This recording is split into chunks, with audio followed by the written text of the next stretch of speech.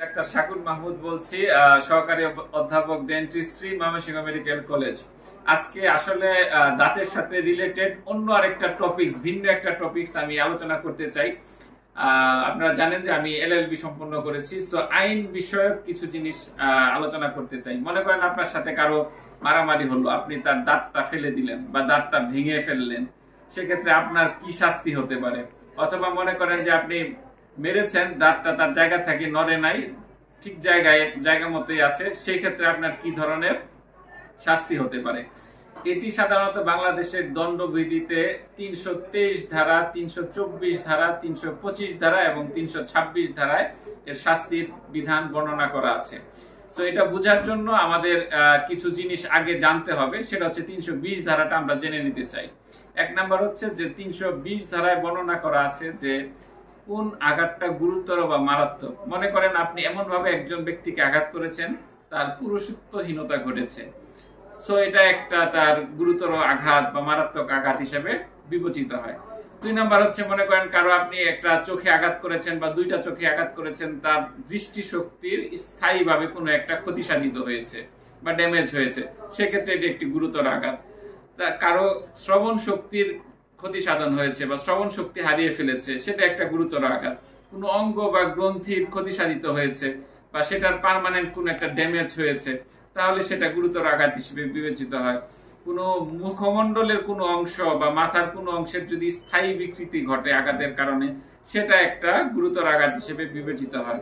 সেই সাথে মনে করেন যে কারো দাঁত ভেঙে গেল, আমি রিপিট আবার, কারো দাঁত ভেঙে গেল বা হাড় ভেঙে গেল, চোয়াল ভেঙে গেল, সেসব ক্ষেত্রে সেটা একটা গুরুতর বা মারাত্মক আঘাত হিসেবে বিবেচিত হয়। অথবা এরকম কোন একটা আঘাত করেছেন যার কারণে ওই ব্যক্তিটি ২০ দিন পর্যন্ত তার দৈনন্দিন কোনো কার্যক্রম সে করতে পারছে না, তখন সেটি মারাত্মক বা গুরুতর আঘাত হিসেবে বিবেচিত হয়।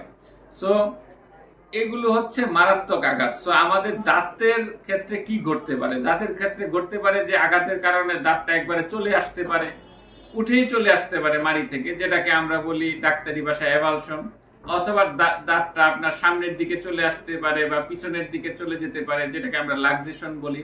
অথবা দাঁতটা তার নড়ে তার নিজস্ব জায়গায় বসে আছে, সেটাকে আমরা সাবলাক্সেশন বলতে পারি। সো এসব ক্ষেত্রে কি ধরনের শাস্তি হবে বা কি ধরনের ধারাতে যাবে, সেটা একটু আমি আলোচনা করতে চাই। এবার ৩২৩ এবং ৩২৫ দুটি ধারা একটা আরেকটার সাথে জড়িত, আর ৩২৪ আর ৩২৬ একটা আরেকটার সাথে জড়িত।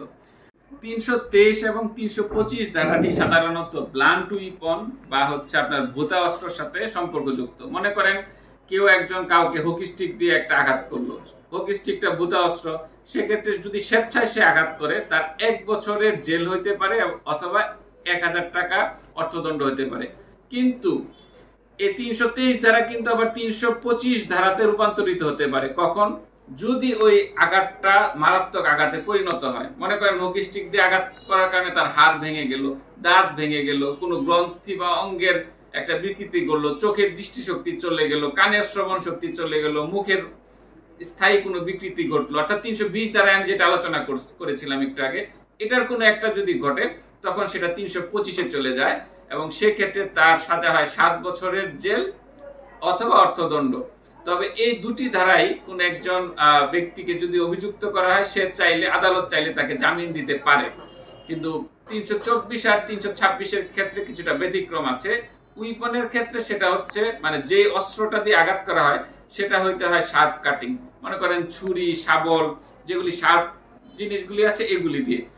এই ক্ষেত্রে যদি কাউকে শুধু আঘাত করা হয় স্বেচ্ছায়, আঘাতটা যদি গুরুতর বা মারাত্মক না হয়, অর্থাৎ ওই যে মারাত্মক আঘাত যেগুলি বলছিলাম ওগুলি না হয়, সেক্ষেত্রে হচ্ছে তার শুধুমাত্র ৩২৪ ধারায় ৩ বছরের জেল অথবা অর্থদণ্ড হবে।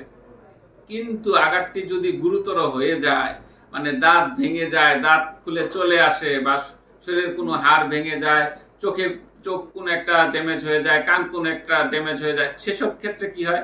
সেসব ক্ষেত্রে ৩২৬ ধারা অনুযায়ী ১০ বছরের জেল অথবা যাবজ্জীবন কারাদণ্ডে দণ্ডিত হতে পারে এবং এটি জামিন অযোগ্য। সেক্ষেত্রে দেখা গেছে কি যে উইপনটা কিন্তু এখানে খুব ম্যাটার করে, যে সে কি ব্লান্ট উইপন দিয়ে করছে নাকি সে শার্প কাটিং কোনো উইপন দিয়ে করছে, আঘাতটা করছে। সো এক্ষেত্রে অনেক সময় আমি একটা টিপস দিয়ে দিব কিভাবে ব্লান্ট উইপন দিয়ে করলেও আপনি তাকে জামিন অযোগ্য ধারায় নিয়ে যেতে পারবেন। মনে করেন কেউ কাউকে ব্লান্ট উইপন দিয়ে আঘাত করছে, তো সেটা 325-এ চলে যাচ্ছে হকি স্টিক দিয়ে আঘাত করলে, কিন্তু আপনি যদি এর সাথে 307 ধারাটা জোড়াই দিতে পারেন যে সে অ্যাটেম্পট টু মার্ডার, আমাকে হত্যার উদ্দেশ্যে সে আঘাতটা করছে, তখন কিন্তু সেটা আবার জামিন অযোগ্য হয়ে যাবে। সো এটা একটা ছোট্ট আইনি টিপস দিলাম। আর যারা দাঁতের ক্ষেত্রে স্পেসিফিক্যালি আমি বলি, মনে করেন কাউরে আঘাত করার পরে দাঁতটা উঠে চলে আসছে, ব্লান্ট উইপন দিয়ে আঘাত করার পরে দাঁতটা উঠে চলে আসছে বা ভেঙে গেছে, ব্লান্ট উইপন যদি হয় তাইলে সেটা 325 ধারায় তার শাস্তি হবে, অর্থাৎ 7 বছরের জেল বা অর্থদণ্ড।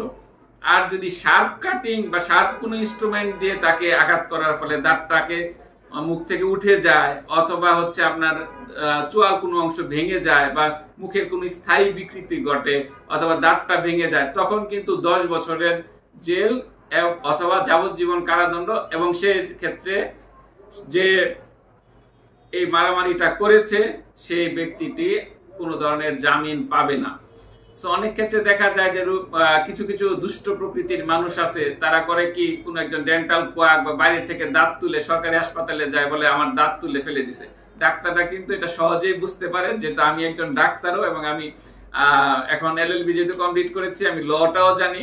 সো এই সকল দুষ্ট প্রকৃতির মানুষ কিন্তু সহজে ডাক্তাররা বুঝতে পারে, কিন্তু ওই মানুষটি বুঝতে পারে না। সো এই ধরনের মিথ্যা হয়রানিমূলক মামলা না করার জন্য অনুরোধ রইল। এবং একটা ছোট্ট একটা টপিকস আলোচনা করেছি, জানি না কেমন আপনাদের লেগেছে। আগামীকালকে ভালো কিছু টপিকস নিয়ে হাজির হব, ততক্ষণ ভালো থাকবেন। আল্লাহ হাফেজ।